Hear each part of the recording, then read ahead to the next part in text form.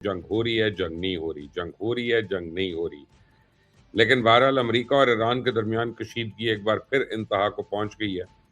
اور آج صبح سویرے دونوں ممالک نے ایک دوسرے پہ میزائلز اور ڈرون سے حملے کیے ہیں۔ دونوں جانب سے ان تازہ فوجی کارروائیوں کے بعد ایک دوسرے پہ الزامات کی بوچھاڑ کر دی گئی، اور ایرانی پاسداران انقلاب نے باقاعدہ اعلان کرتے ہوئے دعویٰ کیا ہے کہ انہوں نے امریکی اہداف پہ کامیاب میزائل اور ڈرون حملے کیے، جن میں بحرین میں موجود American fifth fleet headquarters, air base اور وہاں موجود ہیلی کاپٹرز کو نشانہ بنایا گیا۔ دوسری طرف امریکن سینٹرل کمانڈ نے ایران کے ان تمام دعووں کو یکسر مسترد کرتے ہوئے ایک الگ موقف پیش کیا، اور امریکی سینٹرل کمانڈ نے بیان جاری کرتے ہوئے کہا کہ انہوں نے ایرانین بیلسٹک میزائل اور ڈرون حملے مکمل طور پہ ناکام بنا دیے۔ پھر کویت کی وزارت خارجہ نے بدھ کے روز ایک بیان میں کہا کہ کویت انٹرنیشنل ایئرپورٹ کو نشانہ بنانے والے حملے میں ایک شخص جاں بحق اور متعدد افراد زخمی ہو گئے ہیں، اور میری اطلاع کے مطابق تقریباً 73 افراد وہاں پہ زخمی ہوئے ہیں، جن میں اکثریت جو ہے وہ انڈین شہریوں کی ہے۔ اور وزارت دفاع کے مطابق ایران نے ایک بار پھر شہری اور اہم تنصیبات بشمول کویت ایئرپورٹ کو نشانہ بنایا ہے۔ کویت نے ایران کی جانب سے اپنی سرزمین پہ ہونے والے حملوں کے بعد 2 ایرانی سفارتکاروں کو ناپسندیدہ شخصیت قرار دیتے ہوئے فوراً ملک چھوڑنے کا حکم دے دیا، جس کے بعد خطے میں کشیدگی مزید بڑھ گئی ہے۔ مشرق وسطیٰ میں امن قائم کرنے کی کوشش ایک بار پھر خطرے میں پڑ گئی، کیونکہ امریکن پریزیڈنٹ ڈونلڈ ٹرمپ کی تنبیہ کے باوجود اسرائیل نے لیبنان پہ اپنے وحشیانہ زمینی اور فضائی حملے جاری رکھے ہوئے ہیں، اور جس کے جواب میں ایران نے اسرائیل اور امریکہ دونوں کو سخت ترین نتائج کی وارننگ بھی دے دی ہے۔ امریکن پریزیڈنٹ ڈونلڈ ٹرمپ نے کہا ہے کہ انہوں نے ایران کو واضح پیغام دیا ہے کہ اب وقت آ گیا ہے کہ دونوں ممالک کسی نہ کسی شکل میں ایک معاہدے تک پہنچ جائیں، اور امریکن پریزیڈنٹ ڈونلڈ ٹرمپ نے دعویٰ کیا ہے کہ ایران مان گیا کہ وہ جوہری ہتھیار نہیں رکھے گا، جبکہ ایران کے سپریم لیڈر مجتبی علی خامنہئی امریکہ اور ایران کے درمیان جاری مذاکرات میں شامل ہیں، اور مستقبل میں ان کی یعنی مجتبی خامنہئی سے کسی نہ کسی موقع پہ ملاقات ہو سکتی ہے، یہ کہا ہے پریزیڈنٹ ڈونلڈ ٹرمپ نے۔ اور امریکن سینٹ میں ایران سے متعلق پالیسی پہ اس وقت گرم بحث دیکھنے میں آئی جب ڈیموکریٹک سینیٹر کوری بوکر نے وزیر خارجہ مارکو روبیو کو سخت سوالات کی زد میں لے لیا، اور سینیٹر نے طنزیہ انداز میں کہا کہ واشنگٹن اب اپنے اس معاہدے کے لیے دباؤ کا شکار ہو رہا ہے جسے پہلے مسترد کیا جا چکا تھا۔ تو ایران کے شہید لیڈر سپریم آیت اللہ خامنہئی ان کی تین بڑے شہروں یعنی ایران میں کے قم اور مشہد میں اور تہران میں نماز جنازہ کے بعد مشہد میں امام رضا کے مزار میں ہوگی، اور حکام کی جانب سے تیاریاں شروع کر دی گئی ہیں۔ امریکہ اور ایران کے درمیان جنگ بندی اور مذاکرات سے متعلق غیر یقینی صورتحال کے باعث عالمی منڈی میں تیل کی قیمتیں بلند ترین سطح پہ آج برقرار رہیں، اور بڑا اہم شو ہے آج کا۔ آج بڑے گیپ کے بعد ہم اپنے لائیو شوز کا دوبارہ اجرا کر رہے ہیں، ان کو شروع کر رہے ہیں، بیکاز اب یہ ڈیولپنگ سچویشن ہے، اور اس نے پورے خطے کو نہیں، اب پوری دنیا کو اپنی ذات میں لیا ہوا ہے۔ ہمارے ریگولر اینالسٹ علی قادر گیلانی میرے ساتھ ہیں، اور واشنگٹن ڈی سی سے مجھے جوائن کر رہے ہیں فائز رحمان، دونوں کسی تعارف کے محتاج نہیں ہیں، آپ دونوں کا بہت بہت شکریہ۔ سب سے پہلے فائز ہمیں واشنگٹن کی خبریں دیں کہ وہاں خبریں کیا ہیں، تجزیہ بعد میں لیں گے۔ خبر دیکھیں یہی ہے کہ بہرحال آپ تو معلوم ہے افسوسناک صورتحال ہے اس وقت۔ آواز آ رہی میری آپ کو؟ جی آ رہی ہے۔ میں ذرا یہ اس کو مجھے اصل میں اس وقت کچھ ایکو بھی، بہرحال دیکھیے خبر تو یہی ہے کہ اس وقت صدر ٹرمپ صاحب جو ہیں پوری کوشش میں ہیں کہ کوئی ڈیل کسی طرح سے ہو جائے، اور ایران کے حملوں کے بعد آپ نے دیکھا کہ فائز صاحب آپ کی آواز آ رہی ہلو نہیں وہ کوئی نہیں، آپ بولیں۔ جی، تو میں یہ کہنا چاہ رہا تھا، خبر یہ ہے کہ اس وقت جو انہوں نے گالیاں دی تھیں نیتن یاہو کو، تو اس کا باقاعدہ انہوں نے تصدیق کر دی ہے، ہاں میں نے یہ باتیں کی ہیں پھر، اور خود نیتن یاہو نے بھی مان لیا کہ ہاں، اور کہا کہ ایسا فیملی میں ہوتا ہے، تھوڑی بہت باتیں ہو جاتی ہیں، لیکن at the end of the day ہم دونوں ایک دوسرے کا خیال رکھتے ہیں اور وہ کریں گے۔ وہی ہے کہ دیکھیے اس وقت قیمتیں ظاہر ہے یہاں پر زیادہ بڑھ رہی ہیں، اوور آل تھوڑی سی بے چینی کا معاملہ ہے، لیکن ایسا اتنا برا حال نہیں ہے مبشر صاحب کہ ہو کہ لوگ ابھی فوراً سڑکوں پر نکل آئیں اور کوئی یہاں پر ایک کوئی بہت بڑا ریوولٹ ان کے خلاف کھڑا ہو جائے۔ دوسری طرف ایک یہ بھی ہوا ہے کہ جو یہاں پر جو پرائمریز چل رہی ہیں جو مختلف ریاستوں میں، وہ بھی ایک بالکل معمول کے مطابق چل رہے ہیں، اور اس میں زیادہ تر وہی لوگ جیت رہے ہیں ریپبلکن پارٹی کی طرف سے، جن کو صدر ٹرمپ نے انڈورس کیا ہوا ہے۔ تو ایسا نہیں ہے کہ ٹرمپ صاحب بہت زیادہ ایسے پریشر میں ہو، اس میں کوئی شک نہیں ہے کہ آپ ان کی بات چیت سے اندازہ ضرور ہوتا ہے کہ فرسٹریشن، لیکن کیا وہ بہت جلد کوئی فیصلہ کرنے والے ہیں اور کوئی واضح طور پر نکلنے والے ہیں جنگ سے؟ تو مجھے اس کے کوئی آثار ایسے نظر نہیں آتے کہ وہ صرف ایک یک طرفہ طور پر وکٹری ڈکلیئر کر کے باہر نکل آئے اس پورے معاملے سے۔ یہ صورتحال جیسا کہ میں پہلے بھی کہتا رہا ہوں کہ یہ اسی طرح سے جاری رہے گی، اور خصوصاً اب جو حملے ایران نے کیے ہیں، اور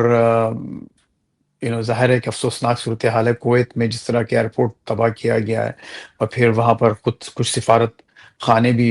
متاثر ہوئے ہیں ان کے اپنے اعلامیہ کے مطابق۔ بحرین پر حملہ ہوا ہے، اور یہ وہ حملے ہیں جو جب دونوں میں باقاعدہ جنگ جاری تھی۔ تو یہ سیز فائر بیسکلی اگر آپ دیکھیں تو ایک طرح سے نہ صرف یہ کہ لڑکھڑاتا ہوا نظر آتا ہے، میرا خیال یہ ہے کہ ایفیکٹولی تو آپ اس کو یہی کہیں گے کہ وہ اس وقت ایک مکمل سیز فائر دونوں ممالک کے درمیان نہیں ہے، اور اس کا جو ایک خمیازہ ہے وہ پورا ریجن بشمول پاکستان کے بھگت رہا ہے۔ تو فائز ایک بات کا جواب یہ دیں کہ کیا امریکہ کو احساس نہیں ہے کہ جس طرح سے آپ لبنان میں کر رہے ہیں اسرائیل وغیرہ، یہ اس کا ایک فطری ری ایکشن ہے؟ ہیلو، آپ کو میری آواز آئی ہے؟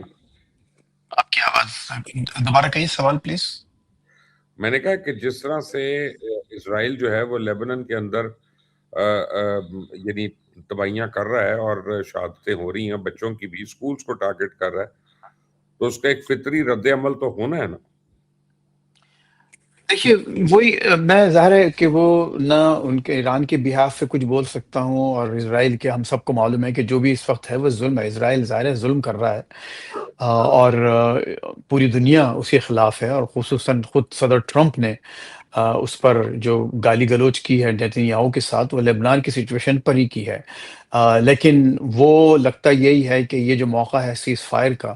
یہ اس وقت تک یہ ڈیل نہیں ہوگی جب تک کہ لبنان میں کوئی باقاعدہ جو ان کے اپنے اہداف ہیں اسرائیل کے، جو وہ جس طرح سے انہوں نے اپنے آپ ڈیفائن کیا ہے، وہ جب تک وہ حاصل نہ کر لیں۔ اور اس میں حزب اللہ ایک ظاہر ہے بہت بڑا فیکٹر ہے۔ حزب اللہ نے یہ اطلاعات تو آئی تھی، اور خود انہوں نے بھی صدر ٹرمپ نے بھی ہے کہ حیرت انگیز بات جو کی اپنی طرف سے، کہ انہوں نے براہ راست حزب اللہ کے نمائندوں سے بات کی ہے۔ تو وہ خود اٹ سیلف ایک بہت بڑی خبر ہے کہ وہ ایک ایسی تنظیم جس کو کہ وہ دہشت گرد تنظیم مانتے ہیں، اس کے انہوں نے براہ راست نمائندوں سے بات کی، اور انہوں نے کہا، یقین دلایا کہ اب وہ اسرائیل پر شوٹنگ نہیں کرے گی، وہاں سے فائر نہیں ہوں گے۔ تو اس میں کیا شک ہے کہ وہاں جنگی جرائم ہو رہے ہیں، اور بھیانک جنگی جرائم ہو رہے ہیں، اور پوری دنیا ان جرائم کو دیکھ رہی ہوتے ہوئے فرانس کے صدر نے خود لبنان کے ایشو پر صدر ٹرمپ سے بات کی، جس کے بعد انہوں نے جو گالیاں دی ہیں نیتن یاہو کو، وہ اس کے بعد ہی ہے۔ تو پورا یورپ کی لیڈرشپ بھی ایک میں سمجھتا ہوں بیک آواز ان حملوں کے خلاف ہے۔ لیکن جب تک کہ صدر ٹرمپ اور امریکہ کی سپورٹ، چاہے وہ کھلی ہو یا چھپی ہوئی ہو، مخفی ہو، جب تک وہ حاصل ہے، اسرائیل یہ کارروائیاں آپ کو کرتا ہوا نظر آئے گا، اور اس میں خون جو بہا جا رہا ہے، ظاہر ہے کہ غریبوں کا بہا جا رہا ہے۔ اچھا دیکھیے، اب اس میں آپ نے بات کی کہ وہ اس وجہ سے ایران نے حملے اس لیے کیے کہ چونکہ لبنان میں حملے ہو رہے ہیں، لیکن وہاں جو جواز بتایا گیا ہے، ایک جواز یہ بھی ہے کہ چونکہ امریکہ نے ایک آئل ٹینکر پر حملہ کر کے جو ہیل مسل جو مارا تھا اور جس کو ناکارہ بنایا، اس کا انہوں نے یہ ریٹیلیشن کیا ہے۔ اب بہرحال اب ہم جو ایک آزاد اور ان بائزڈ مبصرین کے طور پہ اگر آپ بیٹھ کے بات کریں، تو میں نہیں سمجھتا کہ اگر امریکہ نے حملہ کیا ہے یا اسرائیل لبنان میں مار رہا ہے مسلمانوں کو، تو آپ بھی اپنے پڑوس میں بحرین اور کویت کے سویلین ٹارگٹس پر حملے کریں، اور وہاں پر بھی اپنے ہی مسلمان بھائیوں کا نقصان کریں. اب وہ ان کی جنگی حکمت عملی ہے، ان کی مجبوریاں ہیں، لیکن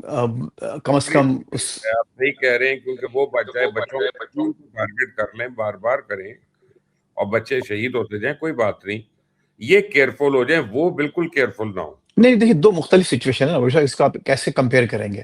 نہیں، میرا یہ تو مطلب وہ تو اس میں کوئی شک نہیں ہے کہ اگر ہمیں آپ نے ایک اسکول ہٹ کیا، جیسے میں نے پہلے فائدے کہہ دیا نا. نہیں، ایک منٹ. 80,000 بچے، عورتیں، بوڑھے غازہ میں ہسپتالوں کے اندر، تو آپ گرجا گھر. اسرائیل کو مارے نا، آپ اسرائیل کو مارے ہیں، آپ امریکہ کو مارے ہیں، ایک منٹ، آپ کویت اور بحرین کو کیوں مار رہے ہیں؟ امریکہ کے تو بیسز ہمارے. کویت نے ان بچوں کو مارا ہے. ایک منٹ، میں ایران نہیں ہوں، میں ایران کا نہیں اسپوکس تو پرسن دیکھیے، آپ تو ایران کے موقف کی تائید کرتے ہوئے نظر آ رہے ہیں نا مبشر صاحب. مبصر کے طور پہ آپ سے سوال کر رہا ہوں. جی جی. سوال یہ ہے کہ جب ایک آدمی، آپ کو پتا ہے کہ وہ کمزور ہے، اس کو 45 سال سے سینکشن نہیں ہے، وہ تو پھر انہی طرح کا ریٹیلیشن کرے گا نا. دیکھیے، یہ تو وہی مثال ہے. اگر میں بہت ہی آپ کو ایک کروڈ اگزامپل دوں کہ اگر آپ کے محلے، آپ کی گلی میں کوئی غنڈہ آ جائے اور آپ بجائے اس غنڈے کو مارنے کے وہ پستول جو اپنی گن آپ کے پاس ہے وہ کہیں کہ میں اگر تم یہاں سے نہیں نکلے تو میں یہ سارے جو پڑوس میں میرے انکل خالد اور آنٹی شبانہ بیٹھی ہیں، ان کو میں گولی مار دوں گا. شبانہ یہ کو آنٹی شبانہ کی بات کر رہا ہوں. تو اس میں چلیے، اچھا کہ آپ نے تھوڑا سے ایک لائٹر مومنٹ پہ، لیکن ایک مثال آپ کو دے رہا ہوں کہ ظاہر ہے کہ وہ آپ یہ نہیں ہو سکتا کہ آپ ایک اس دادا کو، اس ہنڈے کو، اس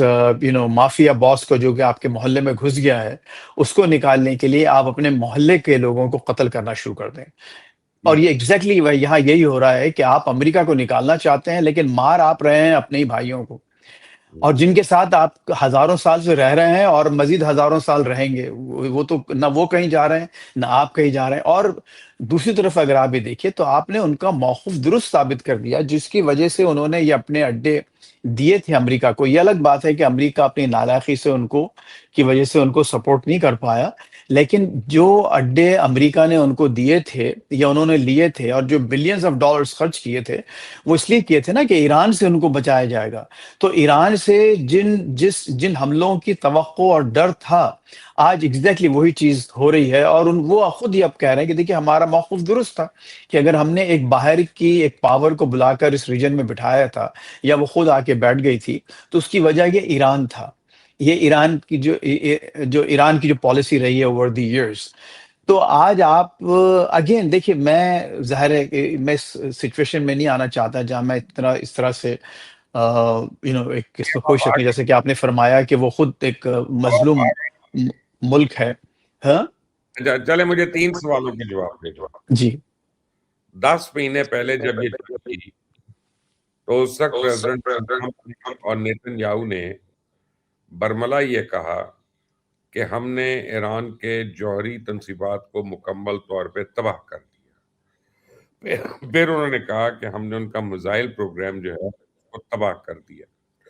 اور یہ اگلے 20 سال تک دونوں چیزیں نہیں کر سکتے. لیکن اس باری جب جنگ دوبارہ چھڑی گئی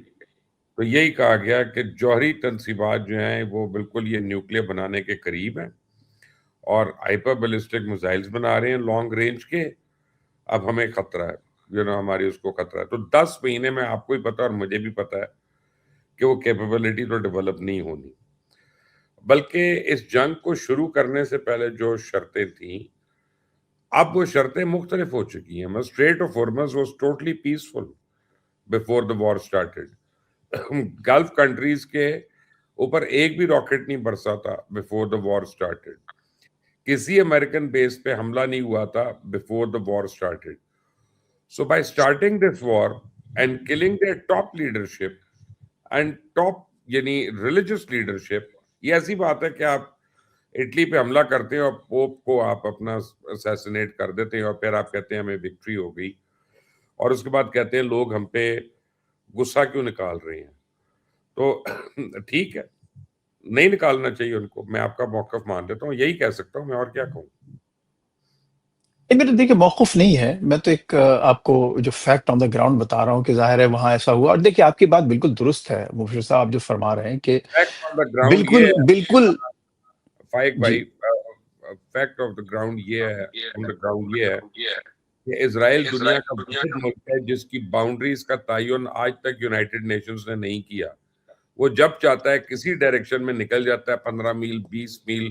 ہر طرح کی وہاں پہ جو زندگی ہے اس کو ختم کر دیتا ہے، تباہ کر دیتا ہے۔ اور دنیا میں آج تک یونائٹڈ نیشنز ہو یا کوئی بھی ملک ہو، ایون امریکہ یا برطانیہ یا فرانس یا جرمنی یا ہالینڈ، وہ یہ نہیں کہہ سکا کہ اسرائیل نے اپنی باؤنڈری سے ایکسیڈ کر کے سوورن کنٹریز کے اوپر حملے کیے۔ دیکھیے یہ تو آج ابھی میں بھی کہہ دیتا ہوں اور واشنگٹن میں بیٹھ کے کہ ظاہر ہے اس میں کوئی شک نہیں ہے کہ اسرائیل ایک روگ اسٹیٹ ہے، جیسا کہ خود آپ نے فرمایا کہ وہ کوئی کسی ایک قانون اور قاعدے کو مانتے نہیں ہیں، اور جو مرضی آئے ان کے اپنے مفادات کے تحت ان کے اپنے اہداف ہیں وہ خود تعین کرتے ہیں اور خود ہی اس پر یک طرفہ طور پر عمل کرتے ہیں، اس کو اچیو کرنے کی کوشش کرتے ہیں۔ اچھا جہاں تک یہ بات ہے، دیکھیے وہی آئی سی سی جس نے جو یورپ میں بیٹھا ہے، آئی سی جے بھی آئی سی سی بھی، اسی کورٹ نے اسی نیتن یاہو کے وارنٹس بھی جاری کیے ہوئے ہیں، یہ بھی ہم جانتے ہیں۔ آپ کو معلوم ہے کہ نیتن یاہو یورپ کے کئی ممالک میں نہیں جا سکتا اس لیے کہ اس کو گرفتاری کا خوف ہے۔ آپ کو یہ بھی معلوم ہے کہ اسپین نے باقاعدہ کون کون سے معاہدے اسرائیل کے ساتھ ختم کیے ہیں، اٹلی نے ختم کیے ہیں،